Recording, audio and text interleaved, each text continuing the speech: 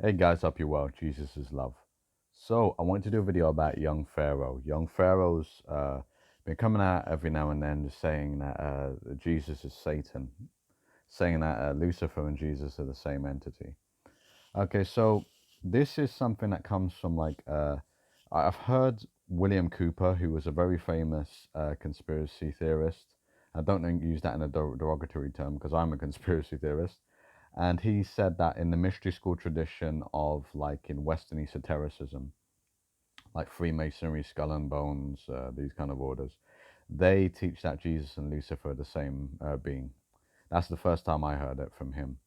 Now, young Pharaoh, he seems to cite that because in the new international version, which was made in like the 70s, and other modern translations, it says it describes in Isaiah, in the Old Testament of the Bible, that Lucifer is the morning star, and in the New Testament, it describes Jesus as the morning star as well. So he says because of that, that shows they're the same being. He also gives evidence that in Mason lodges, um, they get you to swear on a Bible or Quran or a Torah or any other book as well. You can even swear on a Satanic Bible in some places. You can swear, and because they allow you to do that, obviously they're not opposed to it. And if they're not opposed to it, then that shows that they believe that there's some kind of their teachings in that seems to be part of it. Another one, which is really bizarre one, he said that because the Church of Satan said that Kanye West was doing a good job, that means that's somehow they're that he's sort of spreading the word of Lucifer because he's spreading teachings about Jesus. Okay, so this is going to be a very quick video because I have to try to keep under the limit. But basically, uh, if we look at the nature of Lucifer and Satan, and we look at the nature of Jesus and we compare the two, we'll see that it's complete nonsense what he's saying. Um, Lucifer, let's look at Lucifer. Lucifer in the Old Testament, he tried to take over heaven. He seduced Eve to eat from the forbidden tree of knowledge. It ate a fig, and then they had knowledge of good and evil and cast out of Garden of Eden. Lucifer encouraged the God, which I don't believe this is a true story. I don't believe the Old Testament in general is true. But they encouraged God to put suffering on Job to test his faith. Also, in the New Testament, Satan, the devil, Lucifer, tests Jesus. Like Jesus goes into the desert for 40 days, and Satan comes along and tests him three times. Tests him first with you could. I've heard somebody summarizes it. It gives him a test of egotism, gives him a test of materialism, it gives him the test of hedonism. So he tries to entice him to these things. Like one of the tests is look at this kingdom, and he gives him a vision of like this place in a part of the world that he could rule over, and people would bow to him and everything like this.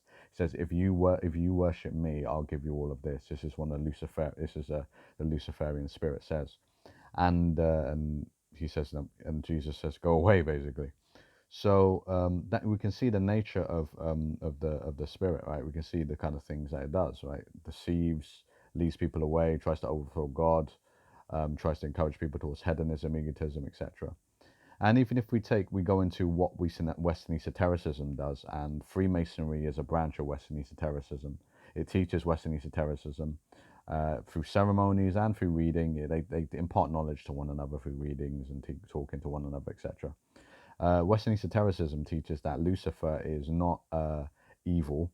Lucifer is more like a spirit, or meaning an entity, or a symbol or principle for like rebellion, liberation, knowledge, illumination, enlightenment, right? So they teach that Lucifer isn't necessarily a bad. They just teach that Lucifer is this neutral kind of thing, right? And Albert Pike, who's a very famous Freemason, who it seems like he changed a lot of Freemasonry. It's such a profound effect on changing Freemasonry. And he says that Lucifer is the light, and he says that Freemasonry is a search for the light. And he says that Lucifer only blinds feeble souls, souls that are sensual, feeble, or weak souls, right? So basically, they don't have a negative view on Lucifer. And people who follow what is called the left-hand path of occultism, people like the Church of Satan and the Temple of Set, of course, they don't have a negative view of Lucifer. They either view Church of Satan views Lucifer more as a symbol than an entity, and the Temple of Set do view Lucifer as an entity. They call him Set. There's different names: Pan, the Horn God. What else is there? The Prince of Darkness. The Temple of Set is a religion started by a man called Michael Aquino. If you look into him, very scary, considering he's been very high up in U.S. intelligence, and he has this kind of belief in Lucifer, openly praises and worships Lucifer, or follows Lucifer, right? So you can see by their nature is they're teaching that Lucifer is rebellion, liberation, knowledge, etc. Right? So, and if you look at the phenomenon of what are called Luciferian or satanic spirits, and I want to say at this point, you can believe Lucifer is a single entity, or you can believe Lucifer or Satan or Set, whatever you want to call them, is a group of entities. I'm inclined to believe it's a group of entities, but you can believe whatever you want, right?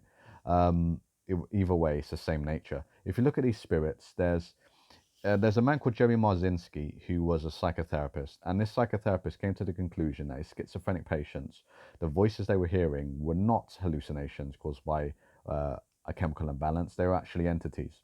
And there's another psychotherapist by the name of Wilson Van Dusen who came to the same conclusion. They didn't know one another, but they were both open enough to challenging the status quo, what they've been taught to believe is true, and they both came to the same conclusion. They met up with one another later on in life, but they both came to the same conclusion independently. And they found consistently these entities, they would just tell their patients to terrible things about one another. You're ugly, you're this, you're stupid, you're worthless, you never amount to nothing. All these kind of things to try to damage the person's mental health.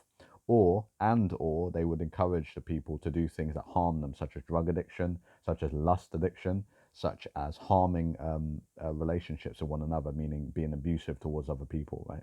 So they could isolate them and feed off this kind of harm because they get a kick. They literally feed. They get energy from, just like we get energy through our like food and drink. They get energy from harm, from damage to other people, right? So that's one of the nature of Luciferian spirits. They try to encourage harm. So I've just gone over what we see in Lucifer in the Bible was this tried to arrogantly overthrow God, tried to tempt people towards hedonism, egotism, and suffering. And we can also see from Luciferian spirits, that is from Western esotericism, they say that Lucifer is about rebellion and knowledge and illumination, enlightenment, and all these kind of things, right? And free will and liberty. And you can also see from Luciferian spirits, the nature of Luciferian spirits, what they do. They try to harm, they try to encourage harm. So, seeing all that, let's look at the nature of Jesus. What did Jesus call people to do? Love, forgiveness. What did Jesus do with his life? He healed people. He went around healing people, encouraging people towards righteousness, telling people to turn away from vice and turn towards virtue. He gave 3 commandments, only 3. Love God, love your neighbor as yourself, love one another as I've loved you. Those were Jesus' commandments. We can see from the nature of Jesus, even the nature of Jesus now, Jesus is a mystical force in the world that goes into people's lives.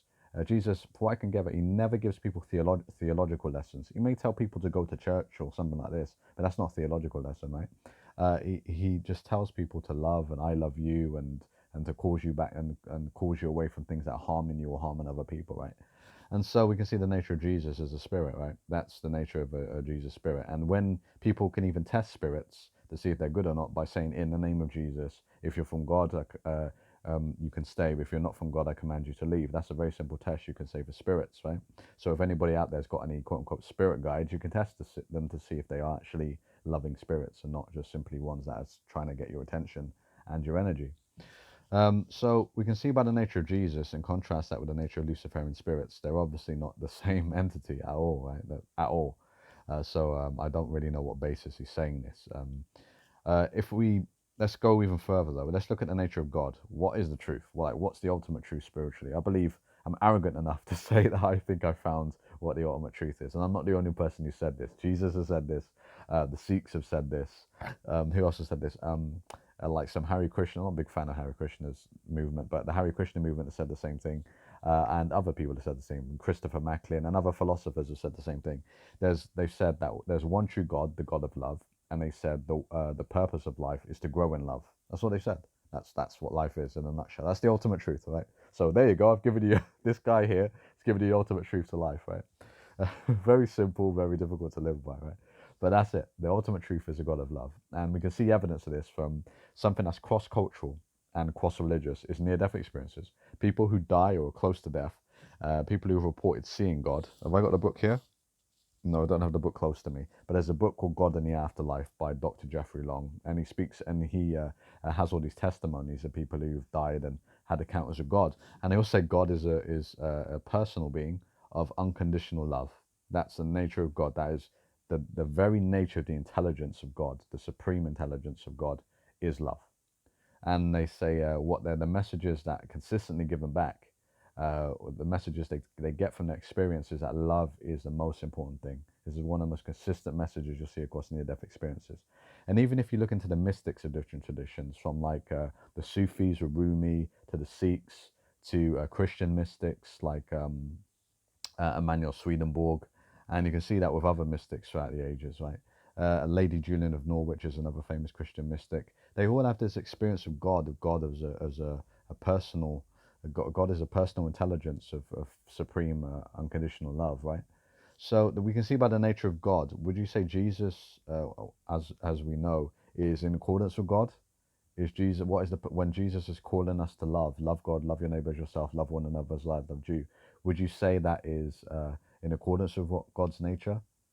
Because I think that is. That's in accordance with the way of God. That's in accordance with God's nature. That's in accordance with what the purpose of life, in accordance with what the purpose of life is. And I would say Lucifer is taking us away from that. What does Lucifer call us to? Hedonism, materialism, money, fame, power over other people, dominance. This is what Lucifer calls us to, right? Lucifer calls us to, even to an obsession with sex, right, and lust, right? These are the things that Luciferian spirits call us to, right? And you can, in the Satan and Lucifer in the Bible, what is Lucifer calling us to? Definitely not love at all. It calls us to rebellion and knowledge, right? If you look into the Old Testament. And what does Lucifer call Jesus to in the New Testament? To hedonism, egotism, materialism. That's what he goes, I'll give you a kingdom. And Jesus says, no, I don't want that, right? And what does Jesus call us to? Love. That's what Jesus calls us to, right? And you can see with the Luciferian spirits, what do they want? Are they calling us to love? Are they saying to us, hey, be loving and kind, and hey, don't be so hard on yourself? No, they want us to feel bad, and they want us to harm and abuse other people, and want us to harm and abuse ourselves through an addiction to like drugs and lust. So as you see the nature of these Luciferian spirits, these satanic spirits, you can see they're in a complete disagreement with Jesus, complete. So I don't know on what basis he's saying this. It's quite sad. It's really clear he's gone down a really bad path spiritually, and this is how I see these kind of things, how these kind of deceptions work. Is you get it just takes a little bit of deviance, and then you go down a path really, really bad. But in like a year, 2 years or so, you start seeing the sickness, because this is spiritual sickness. For somebody to literally, as I just described Jesus, to literally say that Jesus is evil. That's what he's saying when he says Jesus is Lucifer, Jesus is Satan. And he's trying to convince his followers, right? The people who look up to him and think he's this brilliant guy, right?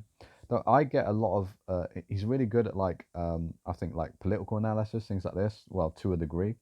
But his spirituality is like way off, right? And if you look at him as a person, I'm not, this is not to attack him. This is just to warn people, because he's teaching people spiritual poison. So I just want to warn people, right? He's very egotistical. Like he very praises his intelligence all the time, and he also threatens people all the time. Talking about, like, I remember his a video with a rock. He was saying, "I'll punch him in the face," and he says that, and he's always bragging about how tough he is, showing him punching and kicking people and punching and kicking bags and stuff. Like, this is spiritual sickness. Spiritual sickness. Every spiritual teacher will say that, or anyone in the way of God will tell you that, right? If you want to contrast him, look with somebody spiritual, look at Saint Francis of Assisi, right? Just look at someone, or Guru Nanak, right? Just contrast it with those people, or contrast him with Jesus. Right? Okay, so he's heading down a really bad path, and I'm just encouraging people out there not to go down that path. I doubt he'll make a reply to this. If somebody wants to post a video to him and can get in his ear, do it. I don't care. He'll probably just mock me and threaten me. But I just want to say, guys, Jesus is love, and I don't care what way you follow Jesus. I don't care if you believe Jesus is the incarnation of God or not. The way of Jesus is the most important thing. The way of Jesus is benevolence, gratitude, compassion, forgiveness. That's the way of Jesus. Not easy, not an easy thing to do. Okay, so guys, truly, and I mean this, God bless. Take care. Jesus is love.